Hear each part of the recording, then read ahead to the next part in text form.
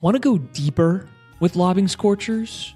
You know, scratch under the surface, get down even dirtier than we already get? Become a YouTube member. Sometimes things just get a little too spicy, a little too weird, and a little too loose for the general public. And you know, the people to see that are YouTube members. We're talking about exclusive bonus videos, the podcast after show, exclusive written content, and little bits and pieces of information before the unwashed masses know about it. As a member, you not only get access to all of this amazing content, you get a badge next to your name and a slew of amazing emotes to use, not only in our live stream chat, but also in our comment section. And yes, we do have an emote for Jesus Ferreira, Go Snack, and Paul Rothrock. This is the best way to help keep us independent and keep us building out this crazy YouTube brand that we call Lobbing Scorchers. Hit the join button down below or hit the link in the top of our description if you're on mobile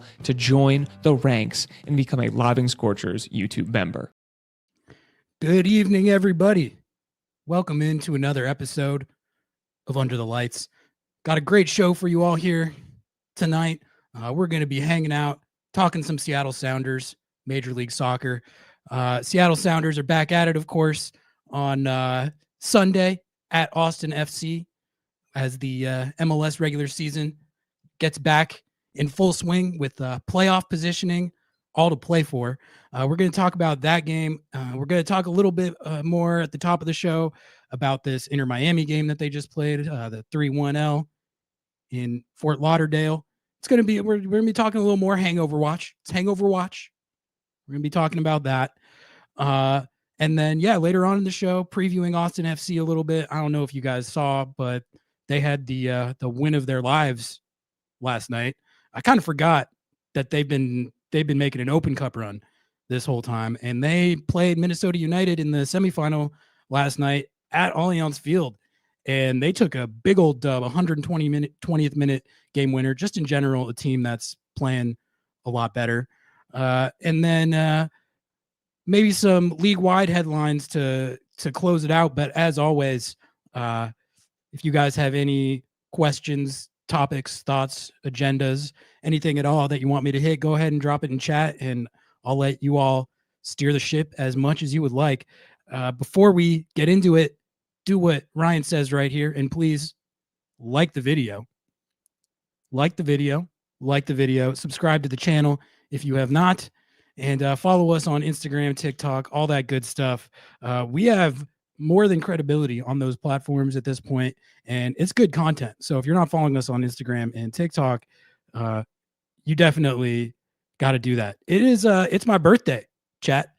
It's my birthday, and the show goes on anyway. You know, you might ask, oh, it's your birthday? You're going to go out into society and interact with real people? No. No, the show goes on. I am hanging out with my friends, all of you, my Under the Lights crew. So I'm going to celebrate this weekend. Don't worry. I will go out into society. I will interact with real people, and I will celebrate. But I'm not canceling it Under the Lights just because it's my birthday. That ain't happening. So we're gonna be hanging out. I might do a little bit of a shorter show tonight, maybe more like an hour 15 or something like that, as opposed to the 2 to 3 hours that I sometimes let rip for these. But the content keeps rolling. The content keeps rolling. And Nathan Jones, thank you for getting us rolling with the super chat train, $4.99 with the birthday cake. Thank you. That's the real reason I'm doing this show, is to shamelessly plug for birthday super chats. But in all seriousness, Nathan, thank you for that.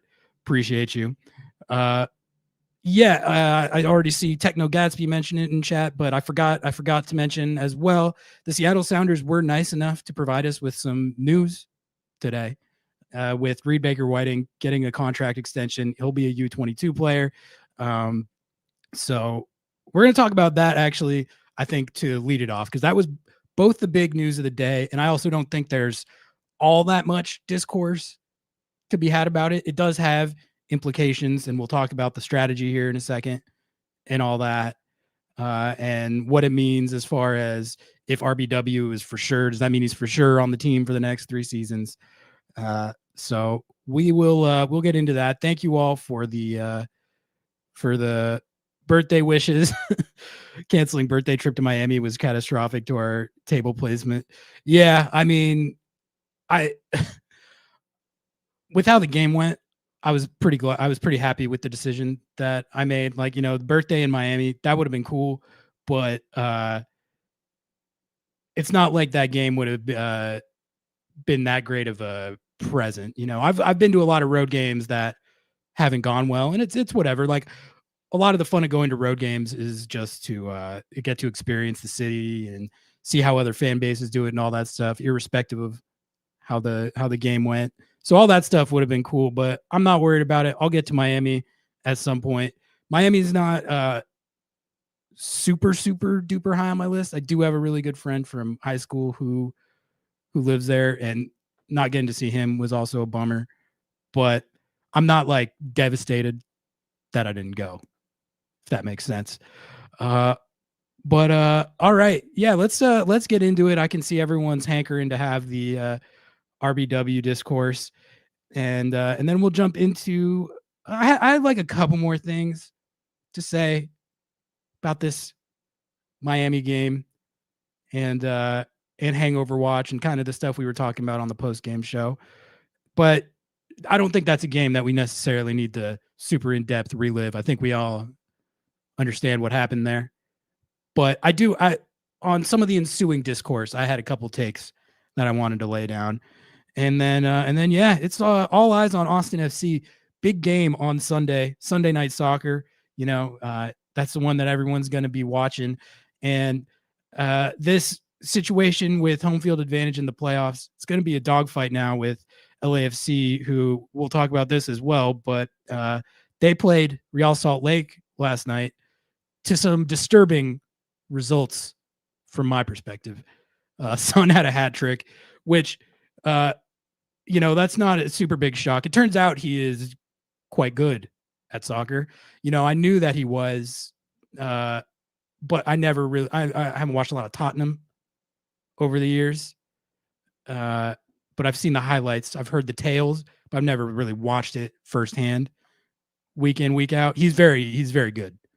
He's very good. He scored a hat trick. I will say, Real Salt Lake did, kind of hand him if you give him wide ass open shots like they did on a couple of those goals, that makes it a little more likely that he's going to score. So theoretically, if you don't do that, maybe you can limit him to less than a hat trick. But I mean, either way, LAFC's stock is decidedly up, and that's kind of he hadn't really started popping off yet, and he popped off, and now it just kind of made me feel like, ooh, yeah, that's something they have in their bag now. That's not good, but it's fun for them, I guess.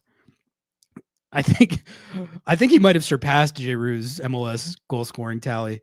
Let's look that up. Actually, that's a good point. I don't think Giroud had more than 2 or 3 goals in league play. I know he had the one in the Open Cup. Yeah, he has literally surpassed. He tied Giroud's MLS goal total last night in that game.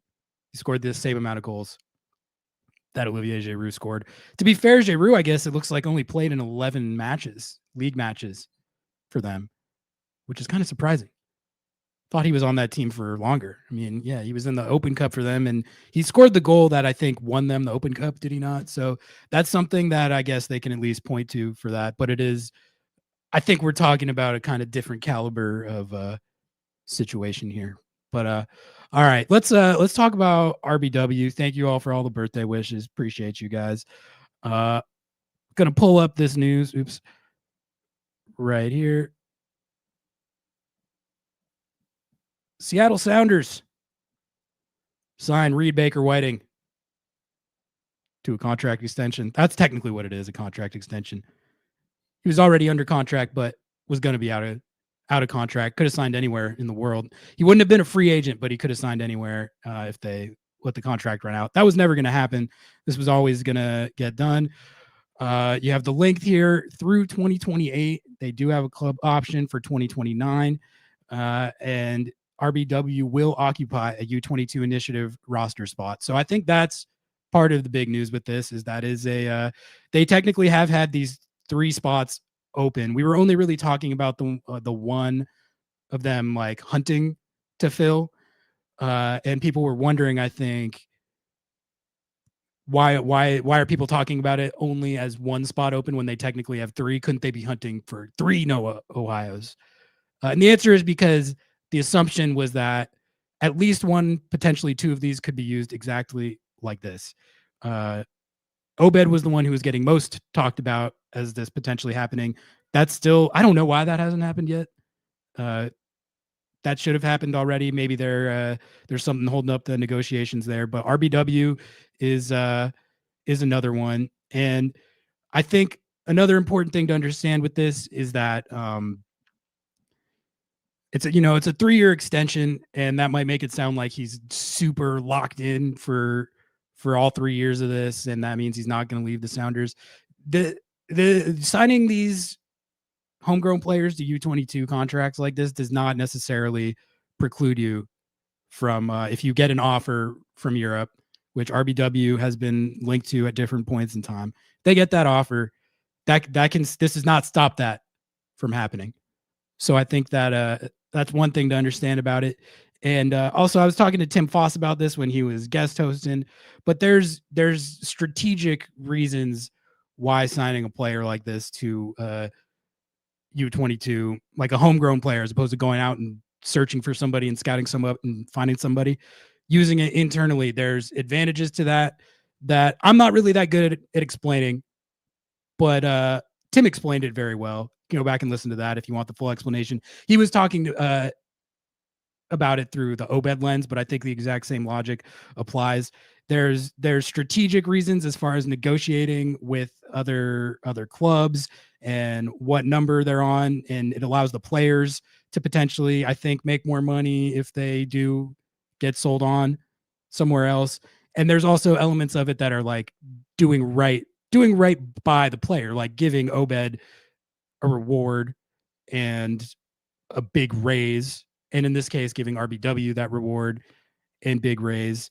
I think it sends a message, or this is how Tim was putting it, and I agree. It sends a message kind of about what your system's about, and if you apply yourself, rise through the ranks, and become a first team contributor in the way that these guys have, we'll take care of you. We're not gonna like try and cut corners trying to get you on the cheapest possible number that we can. Like, we're gonna be good faith about rewarding our players who do everything right, come up through the system, and then make it to the first team, and then make an impact for the first team. So those are kind of the reasoning why they would do that, if that makes sense. I think someone else I think Gatsby was calling it like lazy business. Hopefully that kind of explains like at least what the reasoning is behind why you would do it for a player like this. Because I mean, I think with these U22 spots, a lot of people think of it like a no Ohio situation. Like, you should be going out and filling all 3 spots with players like that. That's not necessarily, that's how you can use it, and that's how a lot of teams have used it. But that's not necessarily how you have to use it.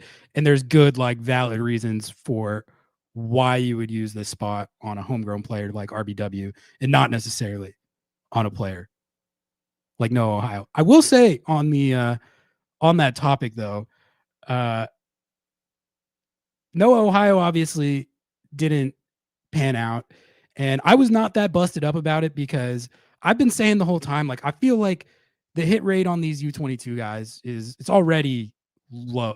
Like it's already low. It's already low. And then to me, it felt like if you add the fact of going after U22 number 9, there's not all that much precedent for that working out aside from Dejan Joveljic. And it just seems like it would be harder to do. And I just got the feeling the whole time that even if Noah Ohio did come on the team, what impact are we really expecting? Like, is it going to be like an actual guy who can lead the line, or is it going to be more like a Leo Chu situation where, you see these flashes and this potential, but it never really comes fully realized? The Leo Chu end of the spectrum always felt like the likeliest outcome for a player like this, to me. And then, if you hit the lotto, you can end up, finding your striker of the future, or at least a guy who can lead the line for you, score a bunch of goals, maybe get sold on, or whatever the case may be. So that's sort of how I was thinking of that. That was why I wasn't that upset about it when that whole deal fell through. But I will say, have you guys been paying attention to Charlotte FC and what this guy Toklamani is doing? That's a U22 number 9 who they weren't even playing until they sold Patrick Ajimon. And that kind of gave him the job. And that kid looks like he's been one of the best number 9s in the league since he got that starting job. I think he's significantly better than Patrick Ajimon. And I don't even know if that's close. He looks incredible. And they've won 9 straight games. They might break Seattle's win streak record that they set in 2018. So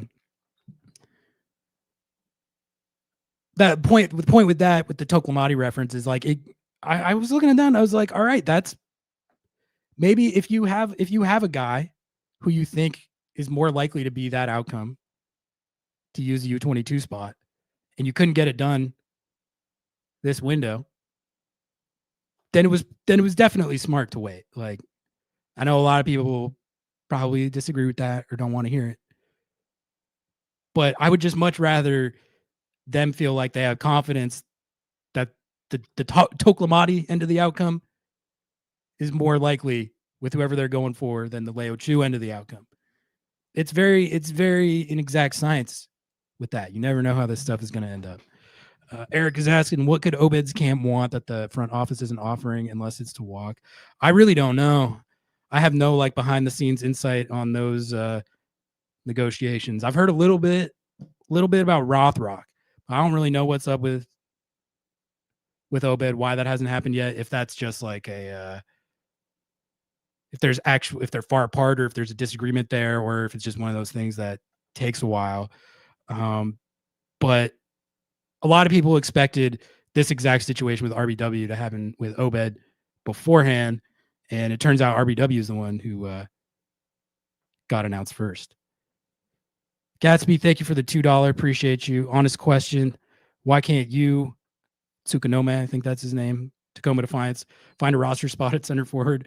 I mean, I don't know, but the reason he's asking is because I believe he just broke he broke the Tacoma Defiance /S2 single season goal scoring record. I think he has 17 or 18 this year for Defiance or something. He's been going off. The team, as I understand it, haven't been watching a lot of their games, but it seems like they've been struggling for results in MLS Next Pro. But that kid, he's been going off. He's been going off, and we saw Osaze has shown us that if you're going off in MLS Next Pro, it's not a guarantee that it's going to translate, but it did for him. So that's at least one good data point where you have a guy at that position who developed on that team and was playing against that competition. Then you brought him up, and he was producing. So that's an interesting one. I don't really know how, as far as how highly rated a prospect you is, and whether the scouts and pundits think he's a guy like an MLS level talent, but he's certainly producing one for Defiance. So I think with this year, it's he would not have, there wouldn't be a lot of minutes for him, with Osaze breaking in. But if he keeps banging in goals, he's going to get an opportunity somewhere. Yeah, a lot physically smaller than D-Row. So, and yes, Joey, I think you're talking about Toklamati. He is a U22. He's 21. He's 21, and he looks like one of the best number 9s in the league. So I'm just man. I mean, you got him, you got Joveljic. That's the type of guy that Seattle are trying to, what they were trying to do with the No Ohio thing is something like that. And it didn't, the deal fell through, obviously. But I don't know. I guess I was kind of just thinking of it as it's not impossible. It's just such a dart throw to get in number 9 at that spot, but maybe not. Charlotte FC cooked. They cooked, and now they're apparently unbeatable. And they got Toklamati banging in goals for fun. So it would be sick to have a player like that. I'm not even gonna lie. Like, say for the sake of argument that Seattle had been the ones to get Toklamati, and that was who they got for the U22 spot. I mean, that would be incredible. Be incredible to have that kid on the team. Yu Tsukunome is kind of like a Dempsey or a Jesus Ferreira type. Yeah, that's kind of. I mean, I haven't watched him play that much, but exactly, he's not like a D-Row prototypical more target number 9, right? Musovsky likely leaves at year's end. Would you get a look at his offseason as replacement? Someone asked Brian if he rates him. The Moose thing, we've talked about that a little bit. Like, he does have an option for next year, I believe, is the situation. But if I was Moose's agent, I'd be like, hey guys, have you seen the stat sheet? Have you seen the stat sheet? Have you seen what my guy's getting paid? Have you seen what he's getting paid?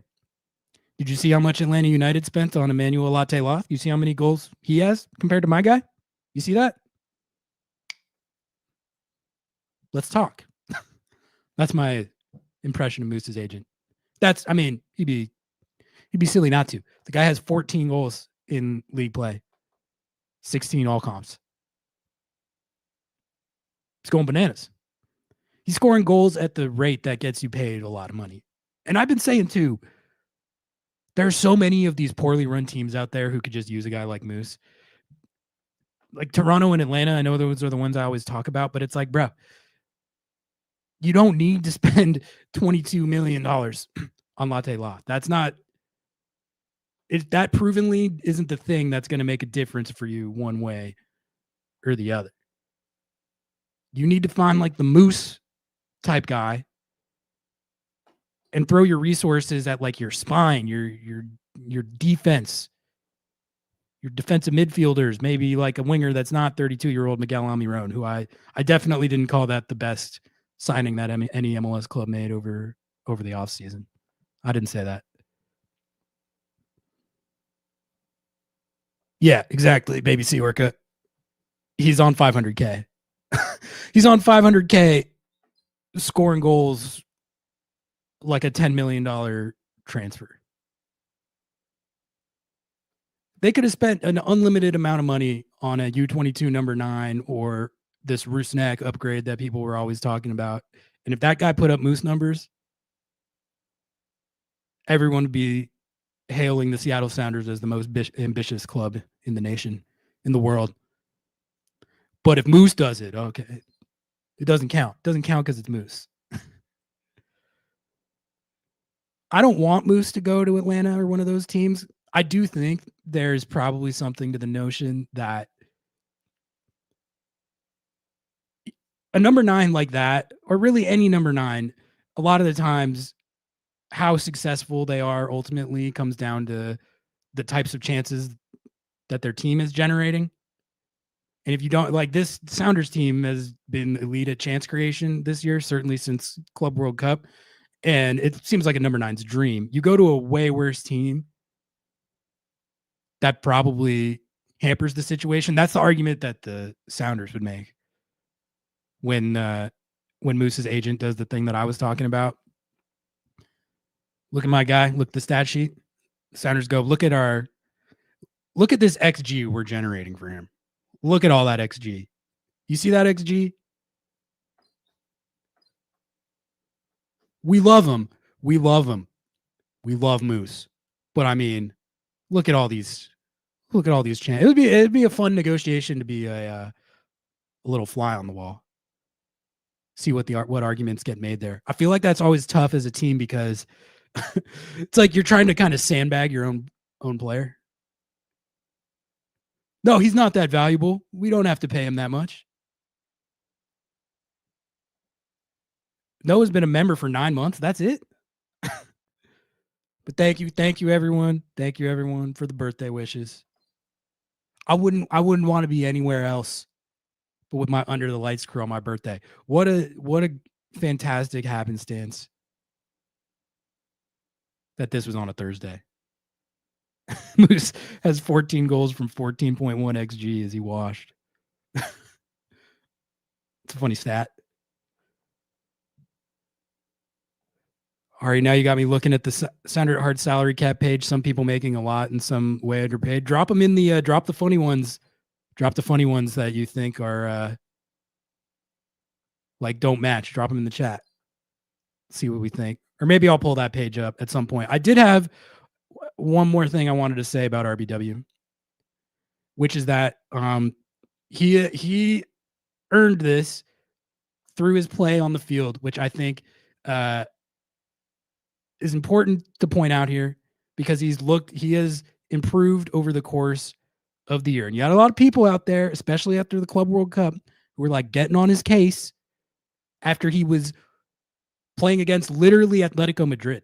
That was the funny thing about it. It was right after the Atletico Madrid game, which he started because Nuhu got benched for his little crash out in the Botafogo game. RBW started against one of the best teams from Spain like ever and had a couple sequences where he was like maybe a little out of position and someone got in behind him and he got burned a couple times maybe. I don't even remember. People were all up on his case. Why does everyone rate RBW? This kid, what do we do? Bench him forever? Like we had a whole crash out brigade over this.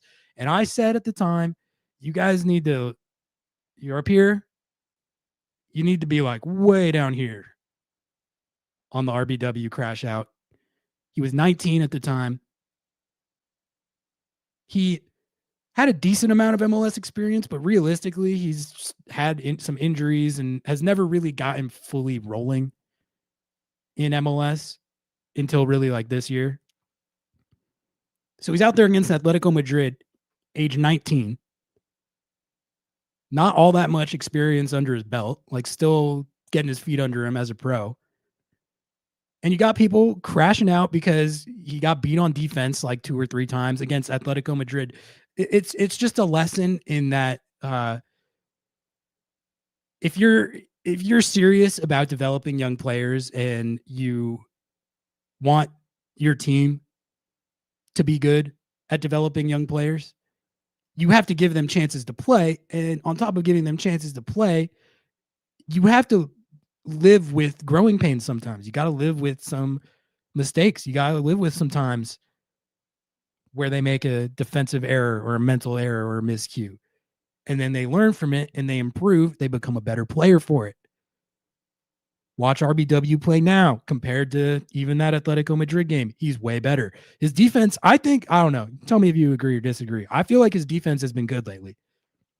Like not just passable, but like good. Like his 1v1 defending, I have not seen him getting like regularly cooked in a way that's hurt the team at all. His positioning, it seems like he is, again, learned and improved, gotten better at that.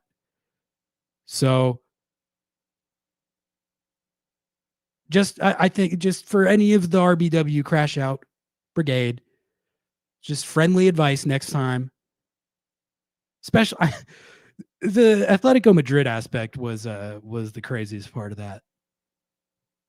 I like to see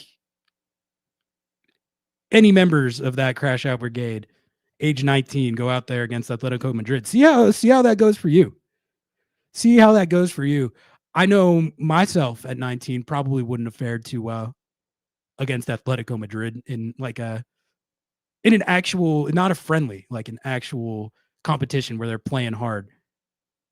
I loved watching him play in that game, even though there was times where he was struggling a little bit. Like there was the play where he got called for a penalty and then they waved it off on VAR because they were like, oh wait, that was actually good defense.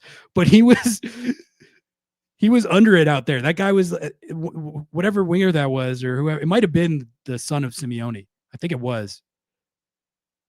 He was going at it with that guy. Like they were jostling for position on the touchline. RBW was trying to like shield him off, got called as a foul.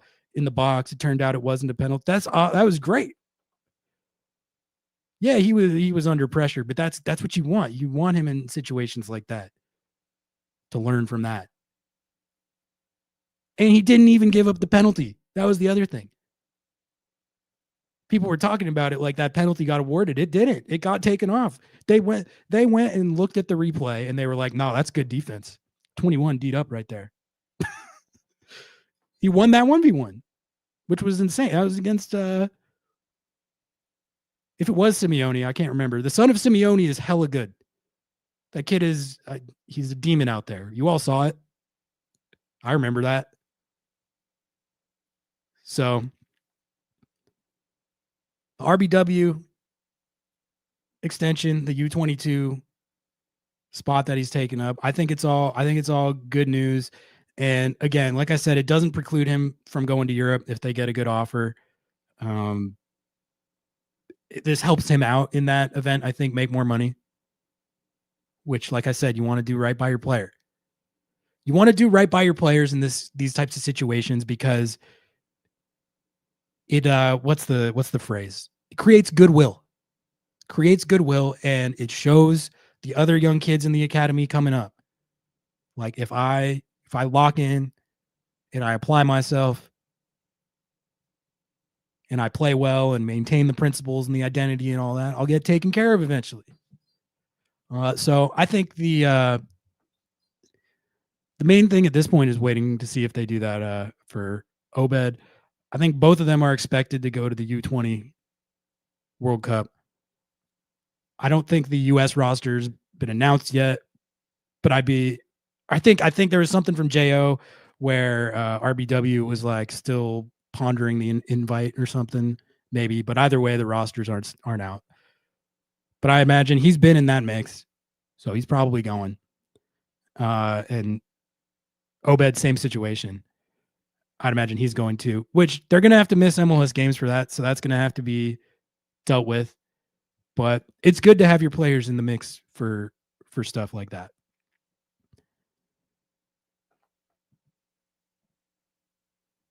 RBW starter next year. Craig Weib's talking about Gam, and I wonder how much we get for Nuhu. Yeah, I don't know. I mean, it seems like he's at least going to be in the rotation this year. I think he is. I think he's earned that. Like Nuhu's still the starter at that spot, but you got to get RBW his run because if he actually becomes a consistently locked down defensive player, the upside on what he can be is extremely high, and that's why investing in him could pay off so handsomely. Because how many years have we been talking about how we want to see like that Jovan Jones, Brad Smith style of attacking wingback at that spot on this team? Nuhu, God bless him, not exactly his skill set. I will say, I do think that Nuhu has meaningfully improved in that department more than gets talked about. Like he still gets talked about as this total zero in attack, and he actually hasn't been this year. He's got I'm going to look it up right now. I know for sure he's set his career high in goal contributions. That's for damn sure. Yeah, so he's got 1 goal, 2 assists, which, you know, that's not 2016 Jovan Jones or anything, but that's better than he ever put up before. That's 3 goal contributions from your defense first left back. It's not terrible. And he also had the goal against Cruz Azul in Leagues Cup. So 4 goal contributions out of Nuhu. I mean, that's kind of fire. That's like a on the curve. But like RBW is already a better attacking wingback than Nuhu's ever been, I think. He only has the 1 assist, but that he got a couple weeks ago. But I've seen enough. Like his wide service is very good. Like on the assist, the first assist of his career against SKC a couple weeks ago that he did get. That's the type of stuff that he can do. I think probably at a more consistently high level than the Nuhu can do it. The difference has been RBW's defense, I think, is a work in progress. That, at least to me, when he was playing earlier this season seemed to be the biggest thing that he needed to work on. And he's worked on it. He's gotten better at it. So kind of what I'm looking to see, I guess, for the rest of the season is when he does get his run. How does he look as a defender? I think that's the biggest question. I don't really have questions as to his acumen as an attacking wingback. I think he's shown that he can do that, and he's shown also that he can even play up a line. He was not a wingback in the academy, or really, I think for Defiance too, he was playing in a more advanced role. Maybe they moved him to wingback there when that became clear that's what his MLS position would be, but it's not necessarily what he's been his entire development. He's been playing as a winger. I think he was even like a center mid for a while. He's kind of played all over. So good stuff to hear about RBW. I don't know. I don't really have any more takes on it than that. I was glad to see it happen. I think it was overdue. Get Obed done next. And still maybe have the Noah Ohio spot that wasn't for the next window. So let's see what happens. All right. Next topic for the night, chat. Let's keep it pushing.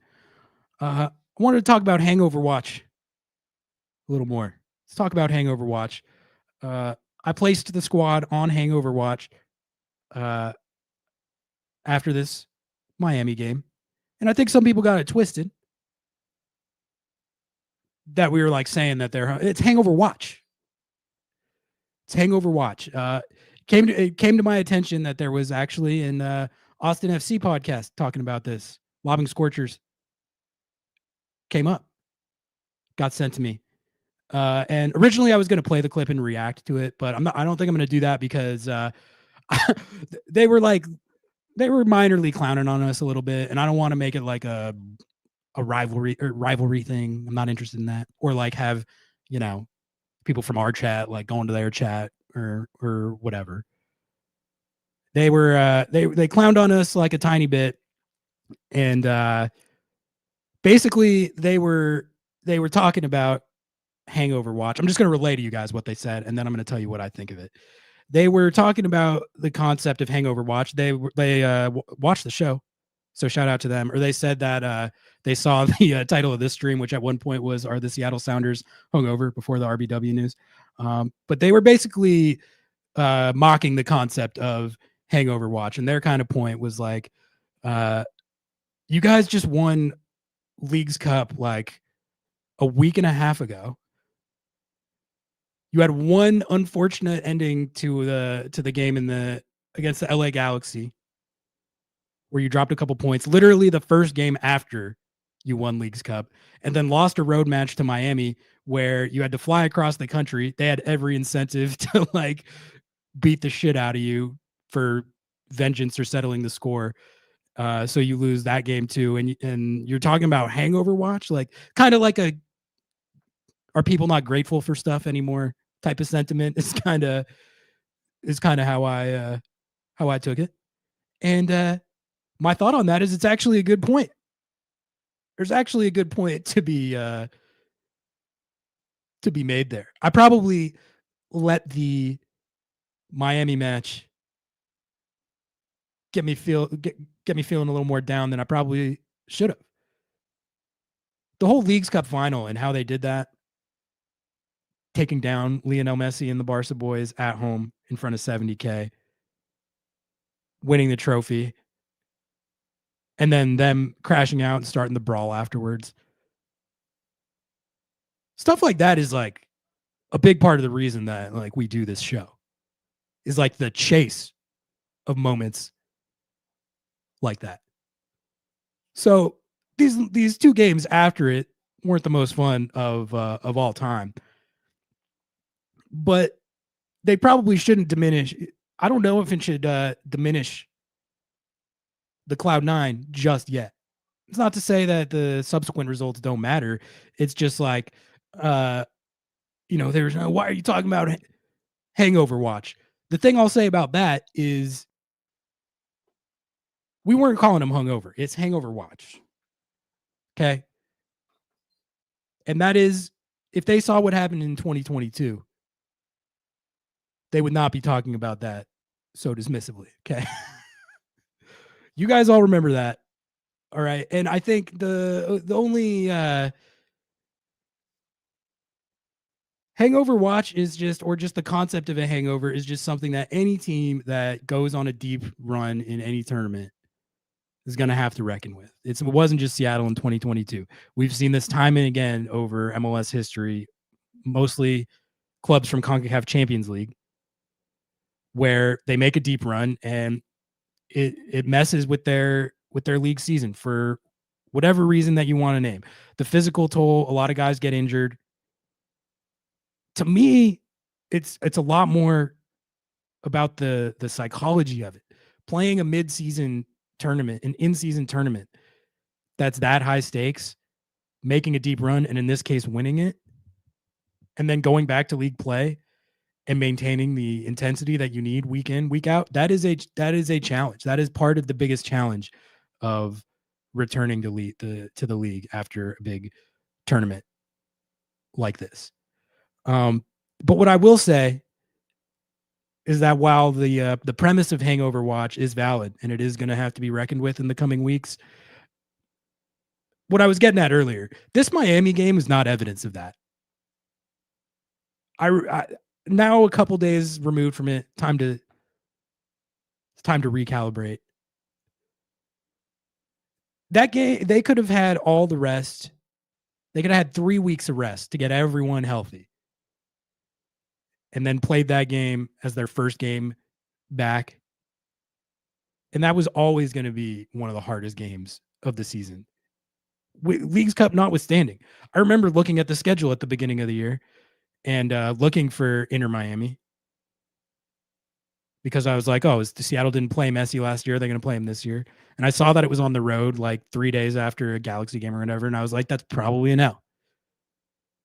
You know, you go through the schedule, you're like looking at what's winnable, what's going to be more challenging. That was, if you ask me before the start of the season, what's going to be the hardest game of the entire season without even knowing about the Leagues Cup variable, I would have said that game. Because of the length of the road trip, and you're playing the greatest player of all time and 3 of his boys who are like top 5 all-time players at their respective positions. The degree of difficulty on that is insanely high.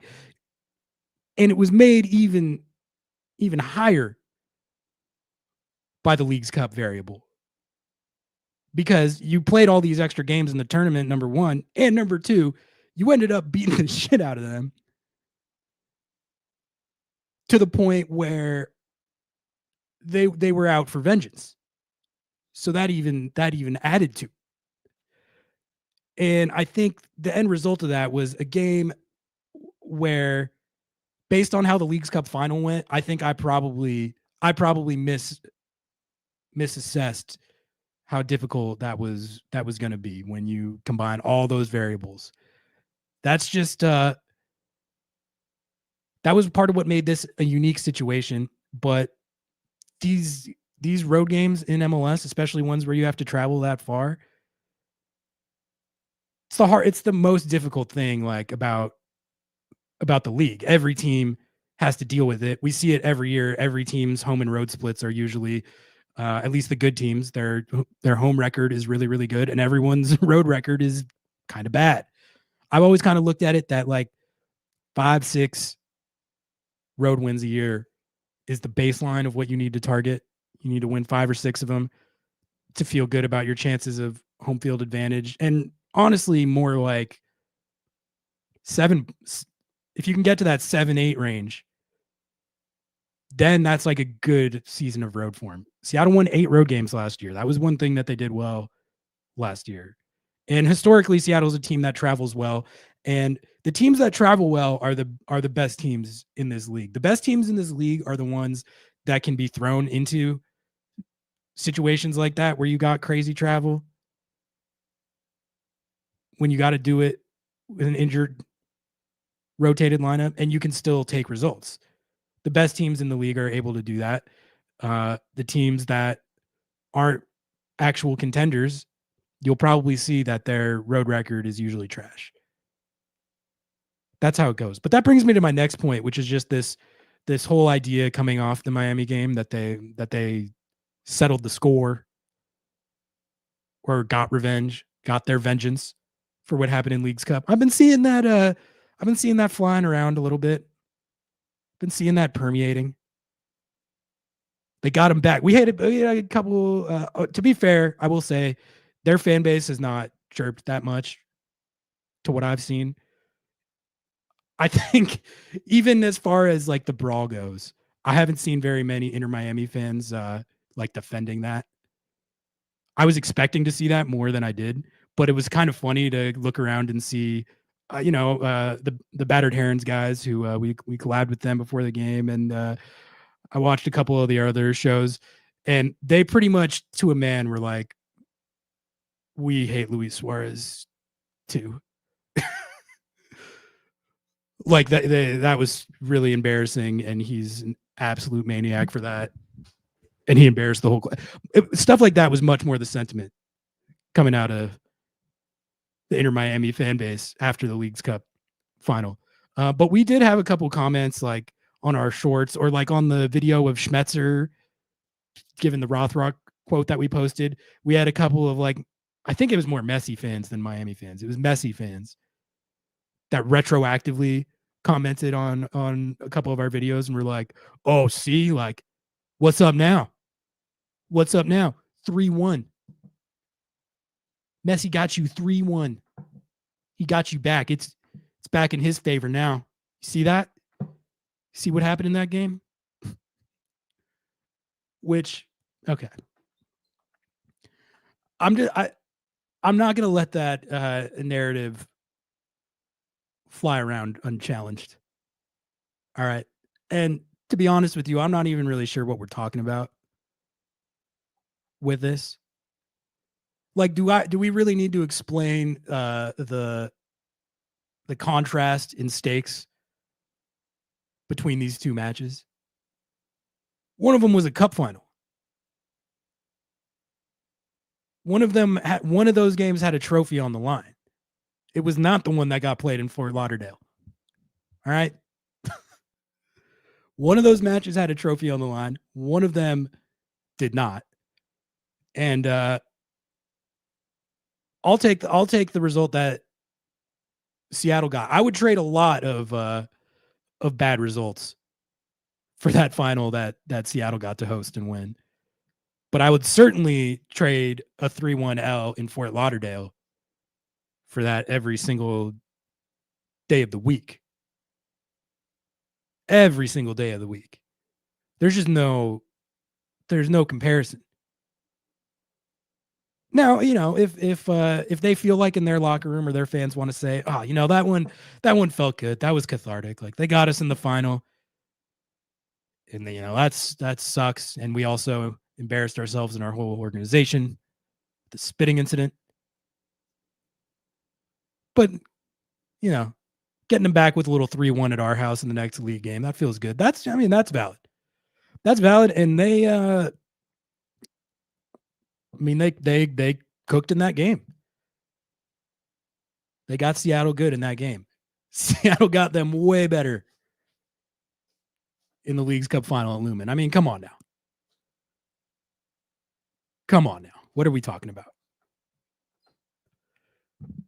I would have fully committed to the lineup rotation for that game as a statement. Schmetz said that was one of his answers in the press conference. He was like, "I would have rotated more, but because we dropped the points in the Galaxy game, felt like we had to go for it a little more." And the way I heard that was like, that's why he started Christian and Rothrock, who, I mean, those two guys as examples. They looked pretty gassed in the Miami game. They looked gassed. They were making the types of mistakes that you make when you're gassed. That's what was happening. Christian had the giveaway that led to the first goal. I would argue, I was watching these goals back again. I would argue he got put in a pretty bad spot. He got the ball in a pretty bad spot. It was one of those ones where he got the ball and he was like pretty much already under pressure. Like he already had a guy on him. So he could have handled it better, but it was also, I think it was Obed who passed it to him. Whoever passed it to him is like also at fault in that situation, in my opinion. But he had a few other giveaways on top of that. That to me, it's like when we've seen Christian has been the best player at that position in the entire league all year. And when he's on his game, when he's fully fit and not dealing with the 3,500 minutes or whatever now that he's got on his body, he's not going to make mistakes like that. He doesn't make mistakes like that. So I know it's hindsight's 2020. It's Monday morning quarterbacking. But hopefully this is my agenda for this, man. Like Snyder B can start games until shown that his inexperience is a liability to the point where you need to pick and choose like where he plays more. Like I free him.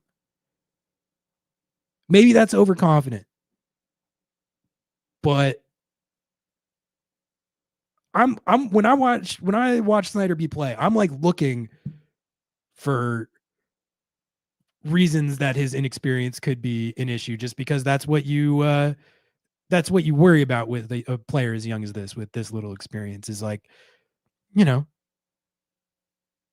it's one thing to rip it up in MLS Next Pro. It's one thing to rip it up when you're coming up in the academy. It's another thing when you're out there, in this case, against like Lionel Messi and the gang.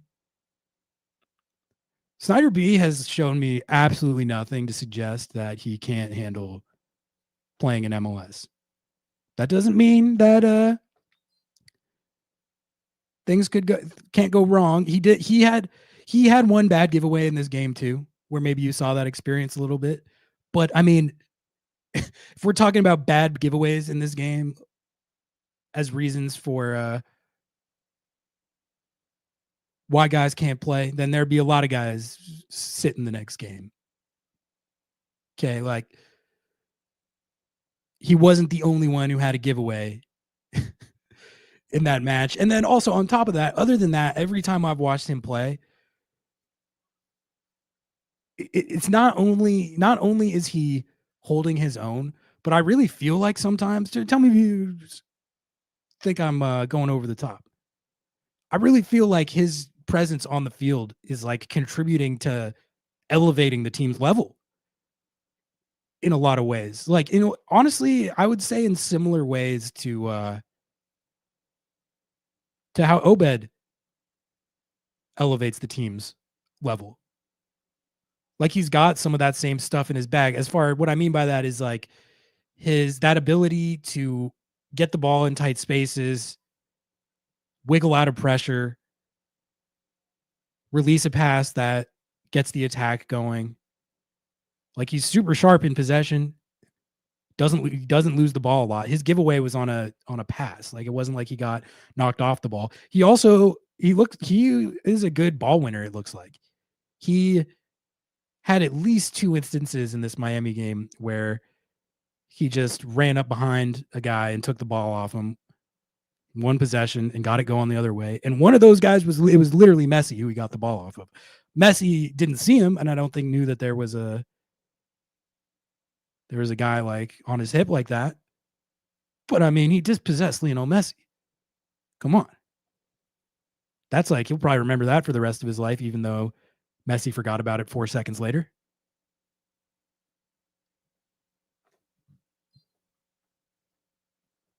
Thanks for the birthday wishes, guys. Thank you. Appreciate you guys. I'm probably not going to stay on all that much longer due to the birthday factor, but I'll go at least like an hour. And if I get super cooking on something, I'll probably end up going an hour and a half. I always say I'm going to get off, and then I end up ripping for like 3 hours. But I might actually call it in early night.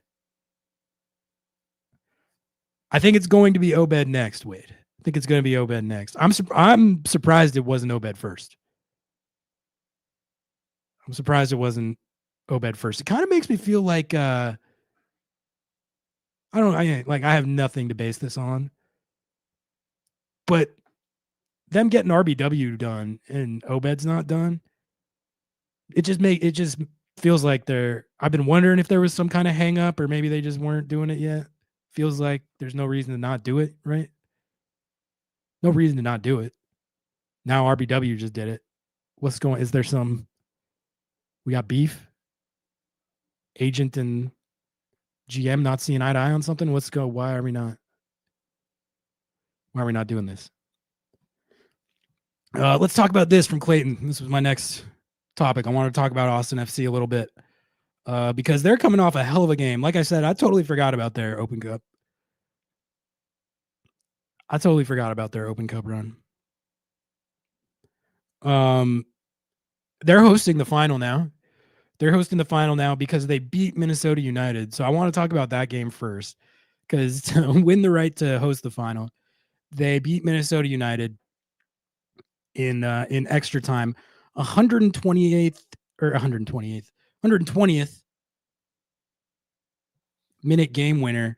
It was 1-1 in the 120th minute, and someone named CJ Faudry scored the game winner. I don't know who that is. I had to look it up. Very rare that I see an MLS name that I haven't at least heard before. I never heard of CJ Faudry.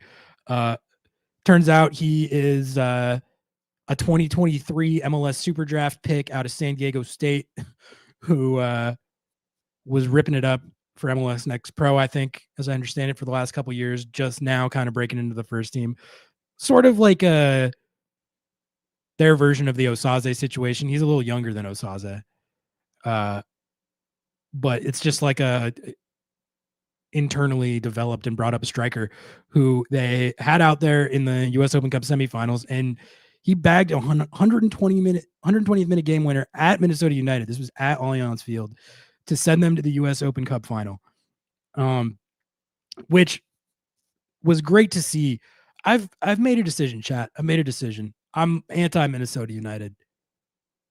I'm over it. I don't like them. The way they do it, it works. I can't knock the effectiveness. It works. And honestly, to be fair, in this game, I was looking at it. I didn't really see the whole game. I saw some of it and I saw the very end. But it looks like if you looked at the numbers at the end of the game, usually a Minnesota United game is going to be them with 30% possession, the other team with 70%. That's literally how they've been doing it this year. It was more like 54-46. So they were not seemingly as committed to these weird anti-possession tactics that they used in the Seattle game. Like, you guys remember what that Seattle game was like? That was like, it's just so extreme. It's so extreme. Being the type of team that yields a lot of possession and tries to hit you on the counter and set pieces, that's nothing new. But the way they do it is like over the top, dude. They give the other team 70% of the ball and literally just sit there. And they say, all right, you do whatever you want to do with that. We've talked a lot about Seattle's press. Ain't no press on that team when they're playing like that. They sit there and they're like, you knock it around. I mean, we got everyone over here. So knock it around. That's what they did to Seattle at home, which is the other thing. I'm like, you guys play like this at home? Really? I know it works, but god damn. They just let you knock the ball around. You can't do anything with it because they're just sitting there watching you do it. And then they either hit you on a counter, which they're really good at, or they get you on a set piece, which they're globally elite at. I don't know if this is still true, but there was a period of time where the efficiency with which they were converting their set pieces was like the best in the world out of any team, not just an MLS team. They are god tier on set pieces. And they have ridden that formula all year to great effect. Weirdly, I don't understand how. I mean, maybe that's why I don't like it, because I just don't understand it. Like, How do you go that over the top with it and it works this well? But I've been feeling like the whole time. Like there's just no way. Like I know they're second in the West. They've been second in the West all year. There's no way you can win a trophy like this. There's no way. I refuse to believe it. At some point, you need to be able to play with the ball. Like you can't 30% possession and counter and set piece your way to an MLS Cup. I refuse to believe in that. But every time I've talked about how I refuse to believe in it, I look up at the end of the match day and they've won again. They literally just beat San Diego FC, one of the best teams in the league, on the road, 3-0. It's funny because it's a phenomenal way to play in a tough road game. Like, honestly, man, like if Seattle was able to play like that in the Miami game, that's the kind of stuff you have to do in these road games sometimes. But it's not like a tactic they bust out on the road. It's just like their identity. It's just how they play. It's their baseline of how they play. I don't like it. I don't like it. Rubs me the wrong way.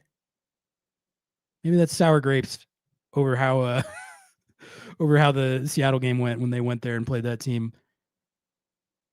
Do you guys remember that game? You guys remember this game? Like there was so many points. It's the one match Seattle lost since Club World Cup until the Miami game. There were so many points in that game where I was like, what am I watching right now? Like Seattle would get the ball. Seattle's press, I thought, was really good in that game for the most part. They would win the ball, and then it was just like the game would like die. It would die. It'd be like Yamar standing on it. Like, is anyone gonna? Okay, I'll kick it to. What do we even do with this? It's like awkward. I don't like it. Rubs me the wrong way. Definitely think it's weird that they still play like that when they're at home. I don't know if there was like at first I was like maybe it's because it's Seattle. You know, Seattle's a team that I think other opponents when they're coming into their building, they're like, all right, we got to maybe play this a little differently.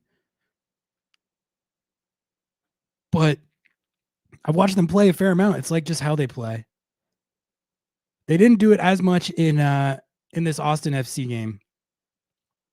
Apparently, according to the possession stats, Minnesota had 46% possession in that game, which that's fire for them.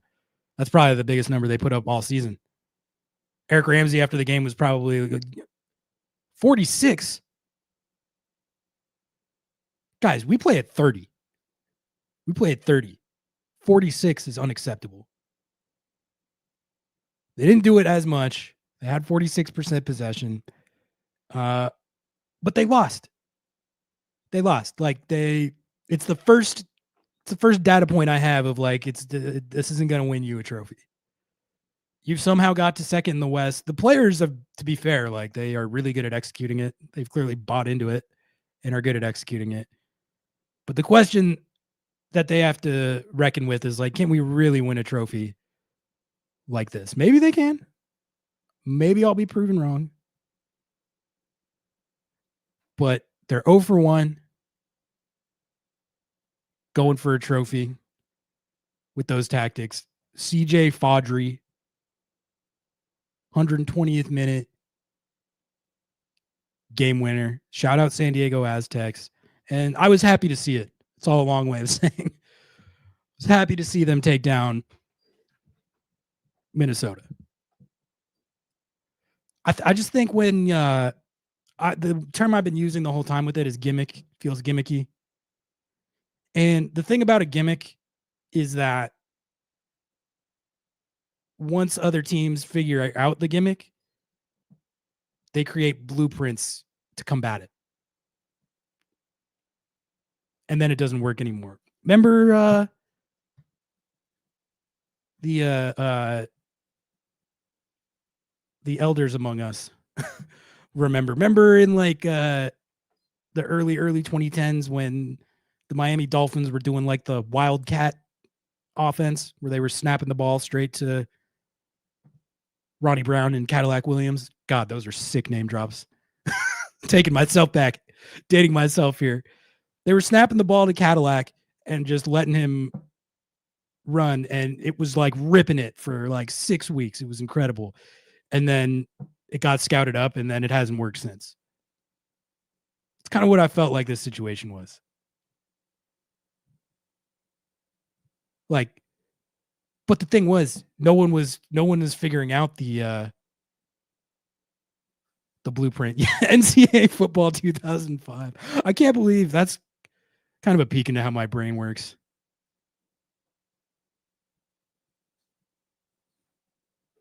Can't tell you any useful information, but I can tell you who was running the Wildcat offense for the Miami Dolphins in 2009. When your whole system is premised on a gimmick, on a bit like this, other teams figure out blueprints, they figure out how to stop it. No one has been able to do that to Minnesota United this year, which is part of what's been frustrating me. And I don't really think Austin FC unlocked a formula in this game. This was a game where they were up 1-0, gave up the equalizer, and it was just like it was a dogfight to the very end, and they nicked the game winner. So I definitely don't think it's a situation where Minnesota United have been fully stopped or figured out, or the blueprint's been established. But Austin FC beat them at Allianz. So let's see. Maybe Eric Ramsey's going to do some soul searching. Think about what he's done. he like Eric Ramsey, when they hired him, I remember I was on that Zoom, his like first Zoom call, and I was like, this guy is sharp. Like, he probably knows what's up. And then I wasn't really watching them a lot, but I saw they were taking results, and I was like, okay, he must actually be the guru. And then this year it's become gradually clear that he has imparted just these like tactics that are way out there. And I swear he's trolling. How could you watch that game when they were playing Seattle and not be like, this is a bit right now? This is a bit.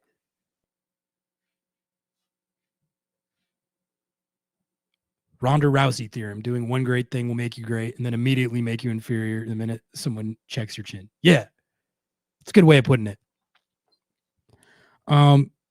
As far as how Austin beating Minnesota in that game affects this game on Sunday, I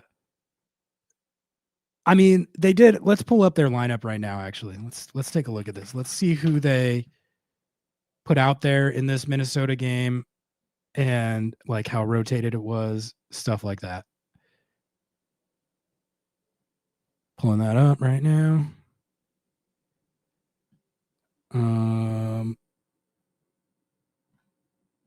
Here it is. All right, this is the Austin FC lineup for this Open Cup game against Minnesota. I know I can tell you guys, if you don't know, how much rotation this was or what this will look like. I mean, to me, this looks very first choice. This is pretty much first choice. Stuver is their number one goalkeeper. He's one of the best in the league. Not sure about this. Looks like they were running like a back five situation.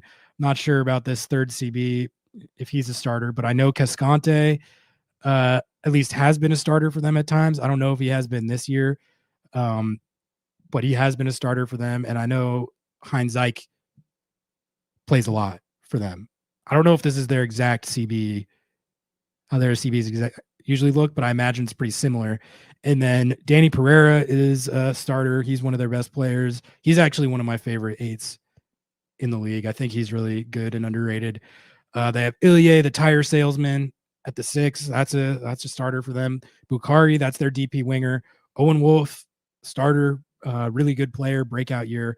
And then Uzuni, I believe, is another one of their DPs. So there's nothing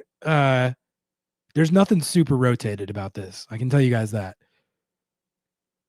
Maybe Cascante and Heinz Ike are backups. I feel like those guys were both starting for them as recently as last year. And I do know there are at least guys that I'll look it up right now, but I'm pretty sure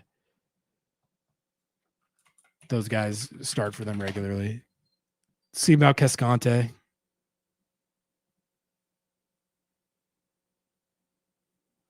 All right, so Cascante has actually been more of a role player this year, so that might mean that they were rotating on the back line. Let's look at Heinzike real quick just to see if there's anything different there.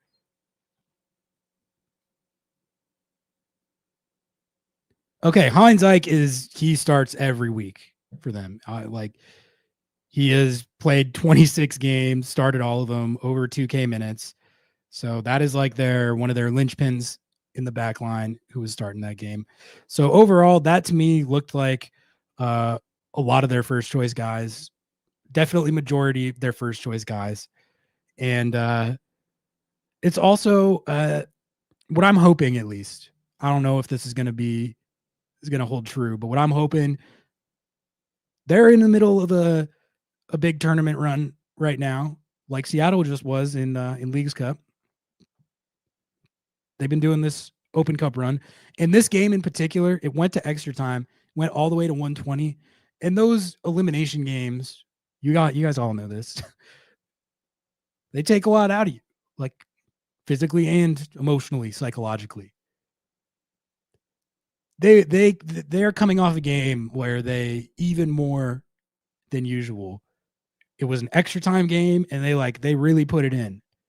They won in the 120th minute.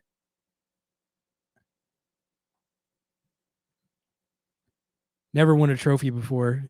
And yeah, they're playing for that now. I think that was part of the podcast I was talking about earlier that was derisively talking about Hangover Watch. I think that was part of their point. They're like, we're sitting here as a team that's kind of new to the league and hasn't won a trophy yet. You guys just won a trophy and you're complaining about hangovers? I get it. I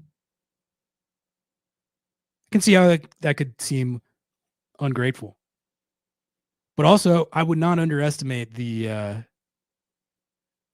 notion of the hangover. They might be finding out about it in Open Cup. I think Austin FC, I mean, they haven't won a trophy, but they made it to the Western Final a couple years ago. I remember I got to cover that game actually at LAFC. They lost it pretty badly, but they made it all the way there. So they kind of know how it goes. But this is the first final that they've ever made. They're hosting it. This is going to be their first game. I mean, I don't really know how it's going to be their first game after this big emotional Open Cup victory. But they do have it at home. And it could be a situation where they're probably on cloud 9. Winning Open Cup would be huge for them. They're hosting it. Who are they playing? Again, I'm blank. Nashville. Damn, that's gonna be a good ass game. You know what I think? You want to might do chat? When is that? Oh, damn it! I'm gonna be out of town for it. Damn it! Damn it! I was gonna say I was gonna do a watch along. Gonna be out of town. It's unfortunate, but Austin, Nashville. Sam Sturridge had a hat trick to win them that game. Who were they playing? I was looking at all this last night, but yeah, they beat the Philly Union 3-1 at Geodis Park. Sam Sturridge had a hat trick. The Philly Union are kind of down bad. They're down a little bad. They're leading the Shield race, but they got waxed by Thomas Mueller and the boys in Vancouver 7-0, which a 7 spot is just always tough to take, no matter where you are on the table. Imagine being their fan base right now. Wouldn't that be weird? You're having a great season. You got a new coach. You've been top of the table pretty much all year. You might well win the Shield. You're leading the Shield race, but then you take a 7-0. How do you guys think the Seattle fan base would react if they were top of the Shield race, but then took a 7-0 while leading the Shield race? That's one thing I appreciate about the Sounders is they, even when they get blown out, have we ever seen them take a 7 spot? They famously dished a 7 spot on Cruz Azul. I don't think I've ever seen them take a 7 spot, but even when they get blown out, like they've gotten blown out a couple times this year. It's not like a 7 spot. They lost 3-0 at San Diego, right? Or is that 4-0? I think LAFC got them 4-0 or 4-1. There's been like a couple bad ones, but I would say Seattle doesn't get blown out a lot in general. That's one thing I appreciate about them. And then even when they do lose badly, it's never like a 7-0. It's just wild to me that I know the Philly Union were rotated and going across the nation for that. But I don't no matter how rotated a Seattle lineup I ever saw, I would never write off for a 7-0. Like 6-0 RSL 2010. The Man U one, I don't count that. That's whatever. That was in 2013, right?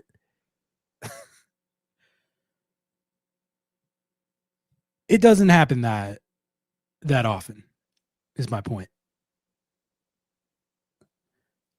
They get blown out sometimes. Every MLS team does, but it happens rarely, and it doesn't happen that egregiously. 7-0. Speaking for myself, if they took we were all unbelievably tilted at taking a 3-1 to Inter Miami. 3-1 compared to a 7-0. But what I was going to say is it kind of underscores what I was talking about this Inter Miami road trip, the degree of difficulty on it being higher than perhaps we all gave credence to. It's honestly, games like that, it's my least favorite part of covering this league. I love everything about this league. It's my favorite league. It's the best league in the world. I wouldn't cover any other league. But you do have these situations sometimes where, with how crazy the travel gets combined with the fixture congestion that exists now, and it's been this way for a long time, especially with CONCACAF Champions League, where the fixture congestion combined with injuries, combined with travel, it creates situations with road games sometimes where you really just have no chance. And it feels like a predetermined outcome. There were so many years where people would talk about these random bogey teams with Seattle. It was the San Jose Earthquakes for a while, and people would be like, why do we always lose to the San Jose Earthquakes? They're not that good. It was Sporting KC for a while too. And, I think back to a lot of these games and I'm like, yeah, I don't know if it's a bogey team. It's like you were playing the San Jose Earthquakes on a Wednesday on short rest, and you have this guy, and this guy injured. You combine that with the salary cap, you had no chance at winning that game ever, because they were playing their fully first choice 11 against an incredibly rotated, fatigued, and injured team. You already know what's going to happen. There are road games in MLS every year where it's you already know how it's going to go. And one cool thing about this Sounders team at different points over the years, but especially this year, is they've been a team that's been able to perform and get results in spite of obstacles like that. And that's how you know you're a good team. But that being said, this Miami game, it falls into the category of that length of road trip on short rest against that team, especially with the added incentive that they had based on what happened in Leagues Cup. I'm not going to say that game was impossible to get a result in like that. Anything can happen in a given game. Not impossible, but it's the deck is stacked so far against you. I woke up the morning of the Miami game and I was like, this feels chalked. I did feel like that. It's just, and I think that's what happened to the Philly Union in this case. It says nothing about the quality of their team. Just like I don't think what happened in Miami says anything about the quality or Seattle's level. But when you look at the Philly Union being in a pretty similar situation and getting 7-0'd, 3-1 doesn't seem that bad. Seattle was actually low key not fully out of that game. It felt like they were fully out of it when it went 3-0. But then as soon as Obed scored with a lot of time left, and when Obed scored, I was like, oh, okay. I mean, you're still probably chalked, but really, like, what minute did he scored in like the 70th minute? I think Twellman said it on the broadcast, and he had it right. Like, if you can get another one before 80, then it's like your result is fully possible. And on top of that, I thought there was. I mean, tell me if you disagree. I thought there was periods of time after the Obed goal where Seattle looked pretty good. The one that comes to mind for me was the one that Jordan had where he tried to lay it off. It was this really sick combination play. He tried to lay it off instead of just taking the shot. He had a shot, and he tried to lay it off instead. It was a good chance, and maybe if that goes in, they could have had a chance of taking a result in the game. So I mean, it was a bad game, bad performance. Like, don't get me wrong, but they certainly acquitted themselves better than the Philly Union did in Vancouver. Obviously, a low bar, but overall, I'm about to wrap it up, guys. But just to finish the thought, like, I'm not like I said earlier, I don't think that what happened in that Miami game in and of itself is evidence that this team is hungover. We're gonna find out if they're hungover. I don't really think either of these two games. I don't think you can say it off that. Like, we're gonna find out in these next few games how much this team is hungover, if at all. It's a real storyline. It's something we're gonna have to monitor. Like, we all saw what happened in 2022. But the fact that they got 3-1 by Messi and the Barca Boys in Fort Lauderdale, that doesn't necessarily mean they're hungover. And also, if anyone's trying to hit you with the revenge storyline or like the score is settled, please miss me with that. I mean, I can't believe we're even doing that. And like I said, to be fair, my read on it is you got Inter Miami fans, but you also have specifically Messi fans. More than any player I've ever seen, he has like his own. He's like his own club. He's his own fan base. And anytime he takes a negative result or anything like that happens, they get upset. We had to deal with that. Being the show that covers the team that was playing against Messi in a final, we weren't too popular necessarily in the Messi fan base. But that's fine. I feel like we didn't say anything out of pocket. I guess people got mad at us for talking about or reporting the trash talk stuff. I don't get why that was that big a deal. I feel like we were talking about what we thought happened, but I certainly never held any like ill will or was ever bent out of shape about him chirping the Sounders players. I think it's kind of funny that he was doing that, but like, I guess his fan base really didn't want to believe that he would chirp like that, which I just don't get it, because it shouldn't be surprising. Shouldn't be surprising that he would chirp. But like I said, it's like his own. That's what I really learned through the experience of the Leagues Cup final. Is he's his own entity, man. He's like his own thing. Like they say, no one is bigger than the team. He's literally like way bigger than the team. He's like the one guy that you could say is, when they say no one is bigger than the team, he actually is literally bigger than the team by quite a lot. Maybe a few guys in the world that you can say that about at any given time. He's one of them. It was funny. Not bigger than MLS. No, he's not bigger than leagues, but I think he's better than individual clubs. I don't know. I'm kind of just making up this criteria on the fly. Messi fans stormed the Sounders Facebook page and were mad we were celebrating, saying we were. Yeah, that was. We got a lot of comments on our TikTok. That was like, it's Ronaldo. They both do. That is. I guess I kind of knew this, but this was my first like exposure of being like right in the heat of it, in the middle of it, because we were in the middle of our discourse about the game and the matchup between the teams and all that stuff.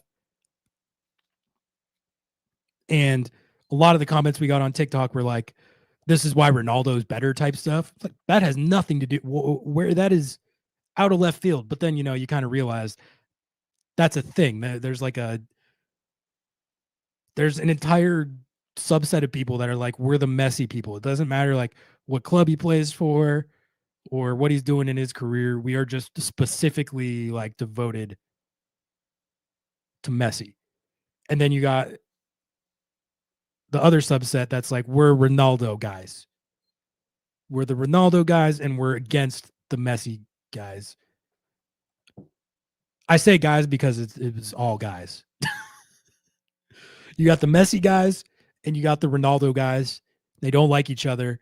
And so anytime there's anything that portrays the other in a negative light, you got one set of guys chirping the other set of guys. And it's like this whole thing that really heated up in a lot of the Lobbing Scorchers TikTok comment sections. I didn't really have a desire to be a part of that. It's like, it feels like cult of personality to me. Like, shouldn't you really only be that devoted to an individual player if he's playing for your club? Like, yeah, if you're a Barcelona fan all those years, you should be. It would make sense to be like that passionate about Messi the whole time. He's fun to watch play. I have loved watching him play like his whole career. I personally would never devote that much fandom to just an individual guy that doesn't even play for the club that I follow and support.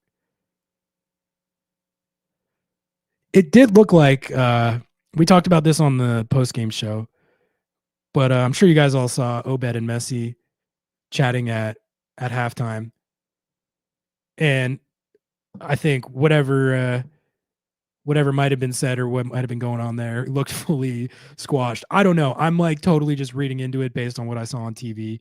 But to me, what it looked like, again, I'm just guessing. What it looked like to me was Messi went up to Obed and was like, "Hey man, like if I said anything, it's what I didn't mean it. Like, it was just banter during the game. I think you're a sick player with a great future, like whatever." And then Obed was like, "Don't worry about it, man. Don't worry about it at all. Like, I get it. Like, it was heat of the game and we're all good, brother." It looked like it was something sort of like that interaction looked like what was going on. I don't know that. I haven't really heard anything like that. But that's just what it looked like. And if that was what Messi was doing, I can respect that.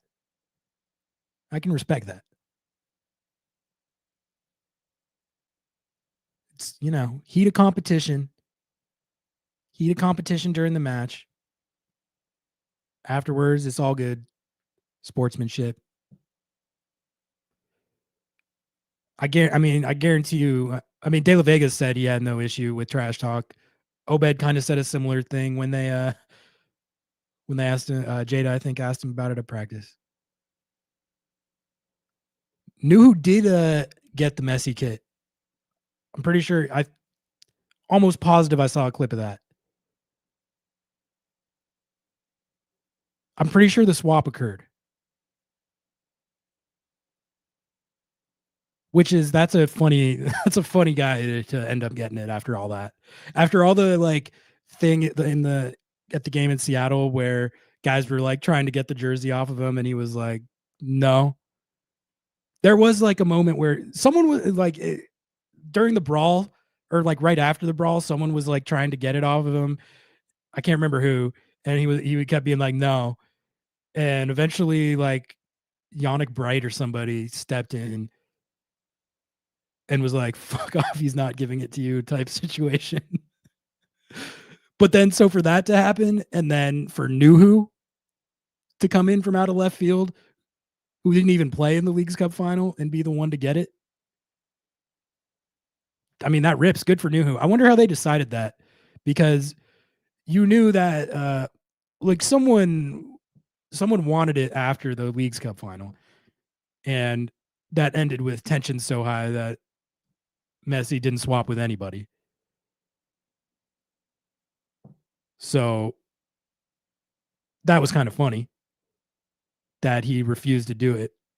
But then this time, like, it's like, I think in general, the Inter Miami beef, as far as I'm concerned, is squashed. If Obed and De La Vega say that it's squashed, which they never gave any indication otherwise, but then it's squashed. But then Nuhu ends up getting the jersey. That's just a funny turn of events. I agree. Fry getting it would have been kind of sick. What I was gonna say is, like, I wonder how much behind the scenes, like, negotiation there is, like, between the players. I bet they had some sort of maybe they had some sort of competition to see who would get it and knew who won it. Because how do you decide that? I'm pretty sure most guys on the team, when you're playing a player like that, most guys on the team would do the swap. They would take the swap. I wonder if Messi was like, I'll give it to number 5, but the rest of you guys, no, I'll give it to him. Which, swapping jerseys is fine, by the way. Some people are like, you should not be that cordial with your opponent. It's after the game. And also, I mean, it's Messi. Like, the idea that someone's not going to go for the jersey swap is just silly to begin with. I think he does swap for matches that he loses. I think he's mostly pretty good about the swap, or like pretty willing to do the swap. He understands that literally every game that he plays, people are going to want to swap. I feel like I've seen him swap a lot of times. He just did not swap in Seattle for reasons that I can understand, even if I don't necessarily agree with. It would have been a nice gesture for him to swap, I think, after the brawl. Oh, my best friend just spit. Well, all right. I mean, here, he should have given the jersey to Gene. That's what he should have done. If he had given the jersey to Gene, then maybe they wouldn't have had to do the ChatGPT apology. All right, guys. I went an hour 30, and it's my birthday, so I'm gonna call it early. I'm gonna get out of here. But thank you all for tuning in. As always, great birthday stream. Appreciate all the birthday wishes and the 2 super chats. Not the most super chats I've ever seen, but it's fine. It's fine. We don't do it for the super chats. We do it for love of the game. Let's see. Games on Sunday. We'll rip this post-match live like we usually do. Take calls. All that good stuff. We'll see what happens with this Austin game. Should be a good hunch. That's what I was fishing for. Thank you, man. Appreciate you for the 20. You didn't have to. You don't have to do that. That's honestly, that covers it. That's all I need for the B-Day. Got a few others as well. So you guys are the best. Appreciate my Under the Lights crew as always. Back at it Sunday. Kick off with Nico on Monday. We'll be laying it all down. The content doesn't stop. I'll put it on your guys' radar early. I am going out of town for a wedding at the beginning of October. One of my best friends from high school wedding, going back to New Mexico. Unfortunately, that means I'm going to be like fully out for the Timbers game, which unfortunate timing, but like it's for something that there's no like decision to be made like that. But until then, we'll be keeping it rolling like normal. And I'll see you guys on Sunday. Yeah, post game Sunday, Hunch. Be there. I'll see you guys all there. Love you guys. Have a good night. Peace. Some people come to Lumen Field for the tactics, for the soccer, the atmosphere. And some come for Paul Rothrock's hair. Me personally, I come for both, because I have agendas to push. Live soccer isn't just better, it's way more personal. From making friends to becoming the guy in your section that's just constantly yelling about advanced statistics. Get tickets to any Sounders match by visiting lobbingscorchers.com/tickets. You support the pod, our agendas, the vibes, and the chaos.